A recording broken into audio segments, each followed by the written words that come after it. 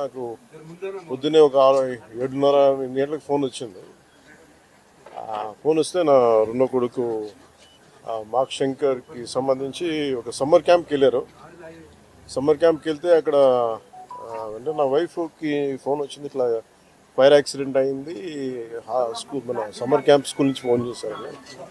వెళ్ళి చూస్తే చాలా, నేనేదో చిన్నపాటి అగ్ని ప్రమాదం అనుకున్నాను కానీ ఈ స్థాయిలో ఉంటుందని నాకు తెలియలేదు. ఇది వెంటనే నేను మీ ఎలా జరిగింది అంటే ఎలా ఉన్నారో కూడా నాకు ఇంటెన్సిటీ సీరియస్నెస్ నాకు తెలియలేదు.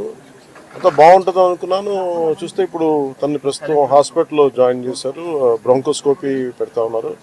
Very tragic news. పాపం తన పక్కనే కూర్చున్న క్లాస్మేట్కి మొత్తం 3rd degree బర్న్స్, తినికి కూడా కొంత బర్న్స్ అని చెయ్యి మీదను కాలు మీద, లోపల చాలా వరకు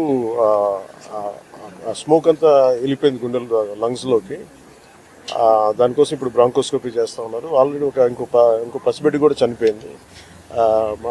చాలా బాధ అనిపించింది. దాదాపు 30 మంది పిల్లలు ఈ సమ్మర్ క్యాంపు సంబంధించిన దురదృష్టకరమైన సంఘటన. So quite un unfortunate incident. Quite unfortunate ఏంటంటే ఈరోజు నా పెద్ద కొడుకు అకిరా పుట్టినరోజు. అదే రోజు నా రెండో కొడుకు ఈ విధంగా జరగటం కొంత అన్ఫార్చునేట్ కోఇన్సిడెన్స్ అనిపించింది. Quite strange.